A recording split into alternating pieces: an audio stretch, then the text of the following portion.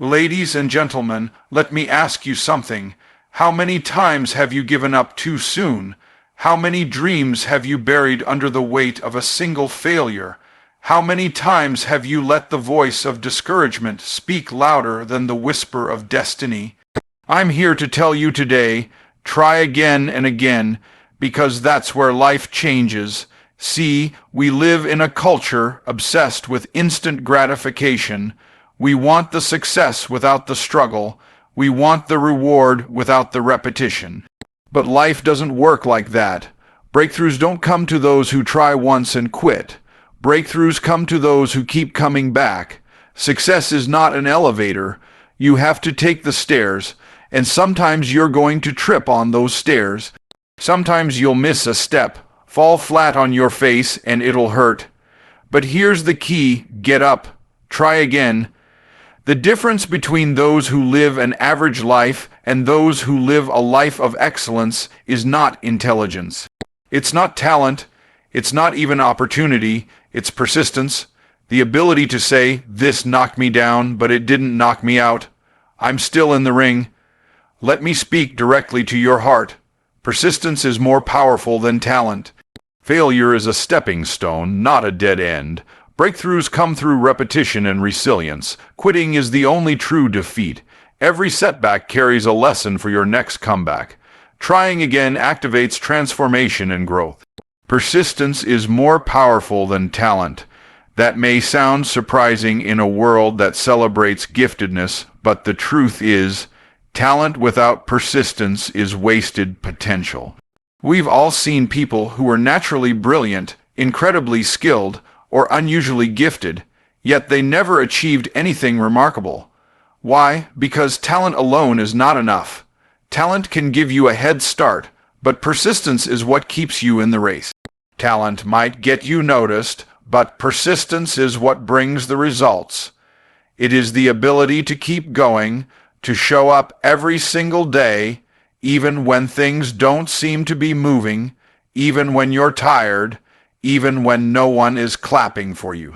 Persistence is the quiet force behind every great achievement. It's not flashy. It's not loud. It doesn't always feel rewarding in the moment, but it produces results that talent alone never could. You can be the most talented person in the room, but if you give up at the first sign of resistance, your talent becomes irrelevant.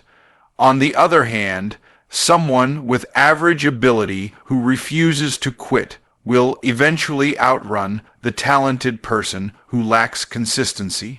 Why? Because life does not reward potential. It rewards progress, and progress only comes through persistence. Think about the most successful people you know or admire. What do they all have in common? It's not that they never failed. It's that they never stayed down. They kept trying, learning, adjusting, and moving forward. Talent may have played a role in their journey, but persistence was the fuel that carried them across the finish line. People who achieve great things aren't necessarily more gifted. They're just more committed. They've learned to lean into the process, to embrace the struggle, and to keep going long after their initial excitement wore off. There's a deception many people fall into. They believe that if something is meant for them, it should come easy. They think if they were really talented, they wouldn't face so many obstacles. That's a lie. The presence of struggle doesn't mean you're on the wrong path. It often means you're on the right one. It's resistance that builds strength. It's opposition that shapes character. And it's persistence that allows you to overcome both. Talent might open a door, but persistence is what keeps it open. Talent can help you get an opportunity, but persistence is what enables you to capitalize on it. Opportunities without preparation become regrets. And preparation comes from showing up, doing the work, and not stopping, even when you feel like quitting. That's where growth happens. That's where skill is developed. That's where mastery is born. Not in the moments of inspiration, but in the hours of repetition. A person who chooses to persist is dangerous. They may not be the smartest. They may not be the most experienced, But you can't shake them. You can't break them. They've decided that the outcome is worth the effort, and they're willing to pay the price. While others are waiting for the perfect moment, they're making progress. While others are talking about their dreams, they're working on theirs. That's the power of persistence. It doesn't make noise, but it makes a difference. If you rely solely on talent, you'll be tempted to give up when things get hard. But if you rely on persistence, you'll develop grit. And grit is what separates those who dream from those who achieve. Grit is what shows up when motivation runs out. It's what keeps you moving when the excitement fades, and all that's left is the process. Grit says, I may not be the best, but I will not quit. The reality is, there will always be people who are more talented than you. But that's not your competition. Your competition is your own potential. Your competition is the version of you that gave up too early, the version of you that let discouragement stop progress, the version of you that settled for good enough. But persistence says, I'm not done yet. It says, there's more in me. It says, as long as I'm still breathing, I'm still building. When you commit to persistence, you become unstoppable. Obstacles don't deter you. Delays don't discourage you. Failure doesn't define you. You understand that the real power lies not in how fast you move, but in how long you're willing to keep moving. You understand that momentum is built brick by brick, not all at once. And you understand that talent may start the journey, but it's persistence that finishes it. Failure is a stepping stone, not a dead end. Most people have been conditioned to fear failure as if it's something shameful, something to avoid at all costs. But the truth is, failure is not the enemy. It's part of the process. It's not a wall meant to block you. It's a bridge meant to build you. Every failure carries within it the seed of growth, the lesson you couldn't have learned any other way. And until you change your relationship with failure, you'll never reach the level of success you're capable of. When you try something and it doesn't work, it's easy to feel like you've hit the end of the road. But you haven't. What you've hit is the limit of your current understanding. Failure is feedback. It's information. It's your life telling you that strategy didn't work. Now adjust.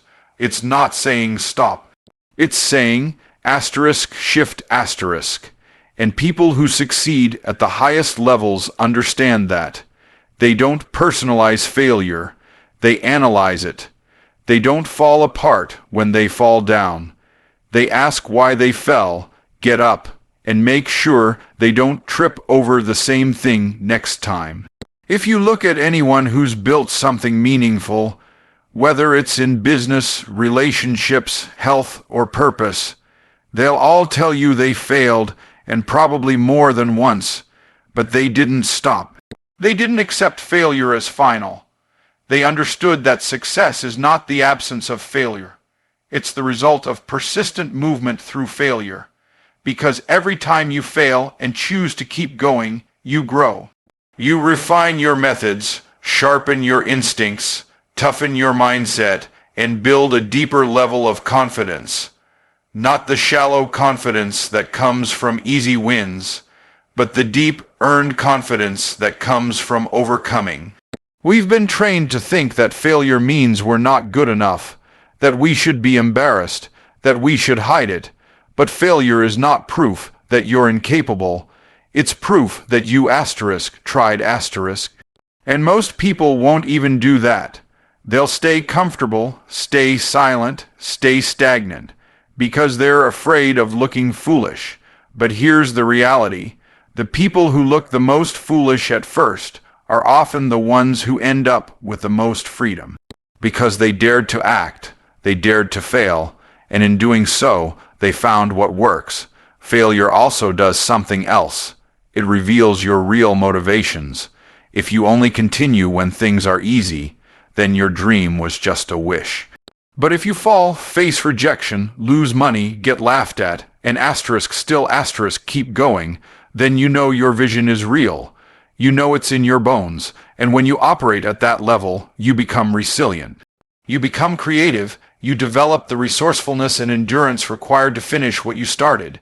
You cannot become who you're meant to be without failing along the way, because failure is how you learn what doesn't work.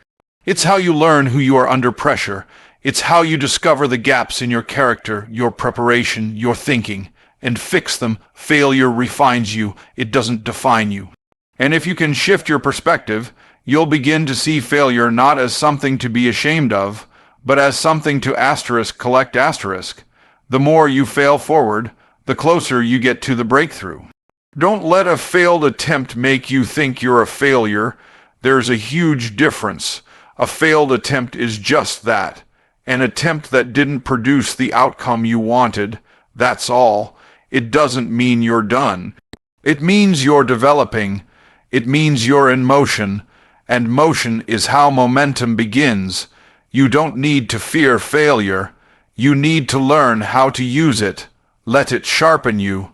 Let it show you what you're capable of overcoming. Because if you're willing to see failure as a stepping stone, not a sentence, you'll discover that it's one of the most powerful tools for transformation. It humbles you, stretches you, strengthens you. It strips away arrogance and replaces it with wisdom.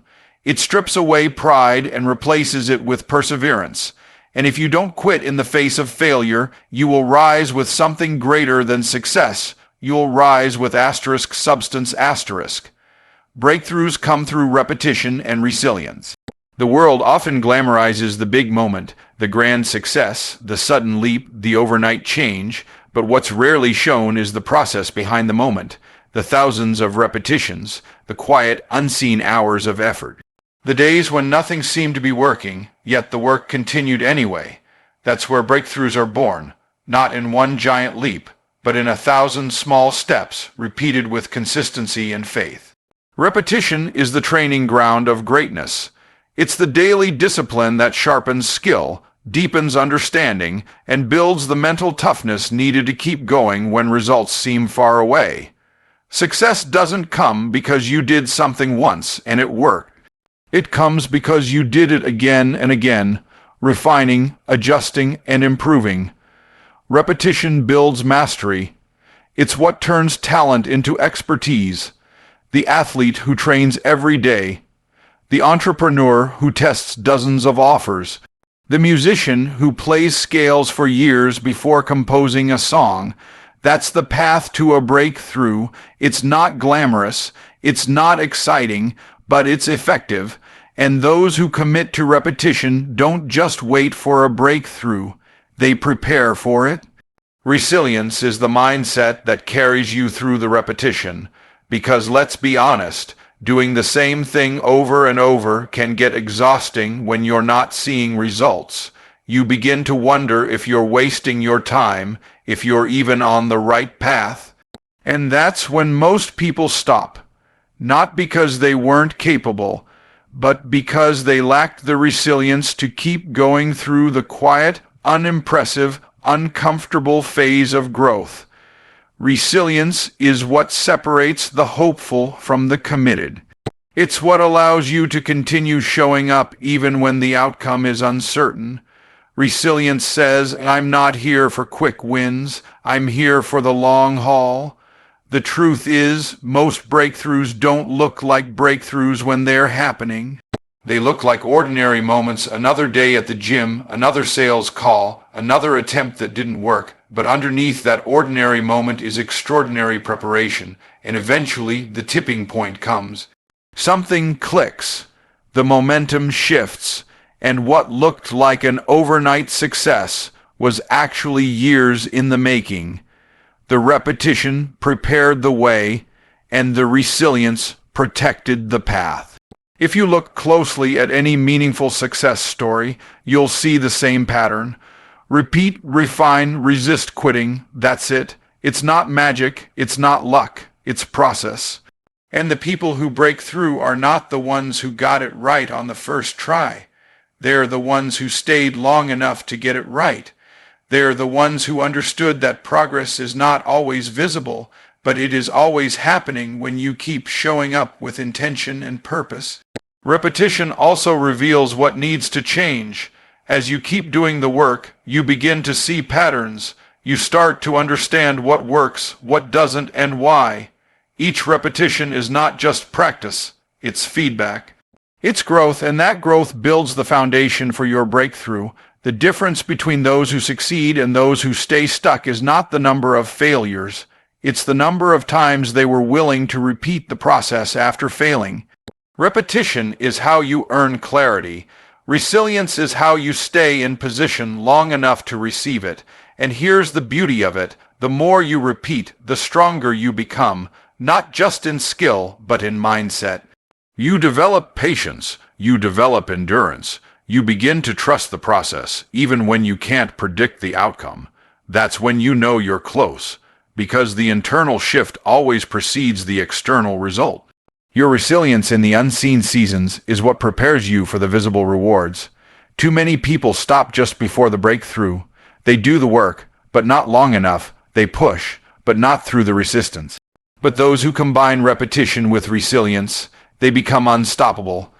They don't let boredom or fatigue or discouragement pull them out of the game. They understand that every time they show up, they're getting stronger, smarter, and closer. Breakthroughs don't belong to the most gifted, they belong to the most consistent, and consistency is the child of repetition and resilience. You don't have to be perfect, you just have to keep going. Keep learning, keep refining, because that next repetition might be the one that changes everything. Quitting is the only true defeat. Everything else, failure, delay, resistance, even rejection, is just part of the process. But quitting is the moment you walk away from the possibility of success. It's the one decision that guarantees you'll never see what could have been. People fear failure, but failure doesn't stop you. Quitting does.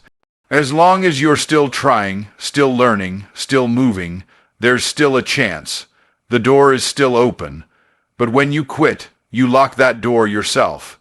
You may experience setbacks. You may feel like you've lost time, energy, or even money. But as long as you're willing to stay in the game, those losses can still become lessons. They can be turned into something powerful.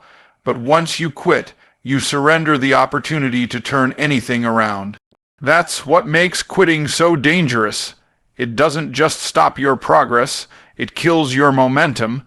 And momentum is what moves things forward, even when it feels like you're stuck.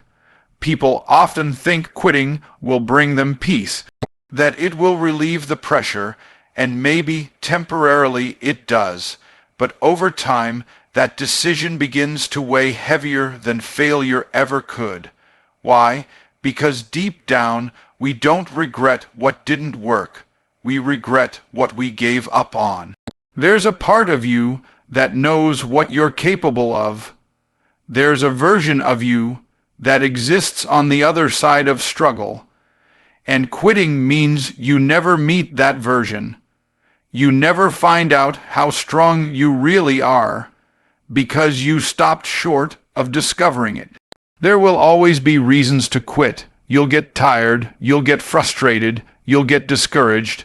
You'll start comparing yourself to others who seem further along. That's normal. But emotions are temporary, and if you make permanent decisions based on temporary emotions, you sabotage your future. Quitting may feel like a relief in the moment, but that relief is short-lived. The cost of quitting is long. Regret, missed potential, and a lingering sense of what if. Every person who ever achieved something worthwhile faced the temptation to quit, and most of them did think about it. Some even tried to, but they came back, they recommitted, they remembered why they started. They realized that quitting wouldn't make things better, it would just make things final, and that finality is not a solution.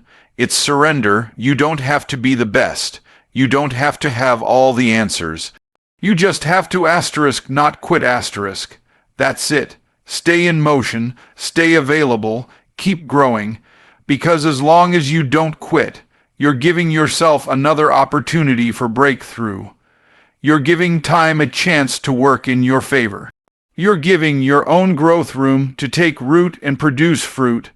What most people call failure is often just unfinished success. It's progress that got paused.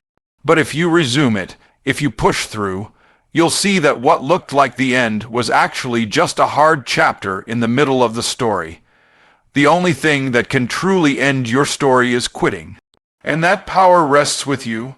There's a fire inside you that doesn't need things to be perfect to keep burning. It just needs fuel. And one of the greatest fuels is your decision to keep going, especially when it would be easier to stop. Every time you refuse to quit, you become stronger. Every time you resist that voice that says, "This isn't working," you give yourself another shot at making it work. Quitting removes all possibility. It ends the chance for recovery, for breakthrough, for the unexpected win. But as long as you don't quit, those possibilities remain alive. That doesn't mean it won't be hard. It will be. But the hardest battles often bring the most rewarding victories. And those victories are only available to those who stayed, fought, adjusted, and refused to quit. Every setback carries a lesson for your next comeback. Life doesn't always go the way you planned. Sometimes you give everything you have, and it still falls apart. You prepare, you believe, you move forward, and then something hits you from the side, knocks you off track, and leaves you wondering if it's even worth continuing. But here's the truth. Setbacks are not stop signs. They are signals. And if you're willing to listen, every setback will teach you something that makes your next move smarter, stronger, and more effective. Setbacks feel painful because they challenge your confidence. They make you question your ability, your timing, your decisions. But they are also incredibly valuable because they give you what success cannot clarity. Success often hides your blind spots. It covers your weaknesses. But setbacks expose them. They reveal the cracks in your mindset, your methods, and your systems. And if you're humble enough to learn from them, those lessons will shape your comeback into something far greater than your original plan. When you go through a setback, you're being given a gift experience. Not the kind of experience you can buy or study, but the kind that's earned hard, won, real, and that experience becomes your edge. It gives you insight. It sharpens your instincts. It helps you avoid future mistakes not because someone warned you, but because you lived it. And once you've gone through something and learned the lesson, that knowledge becomes part of your foundation. You'll never approach the same situation the same way again. You've been upgraded by adversity. The challenge is, most people only see the pain of the setback. They don't look for the pattern. They don't ask the deeper questions.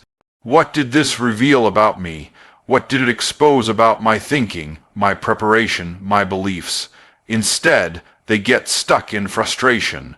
But frustration is not your enemy.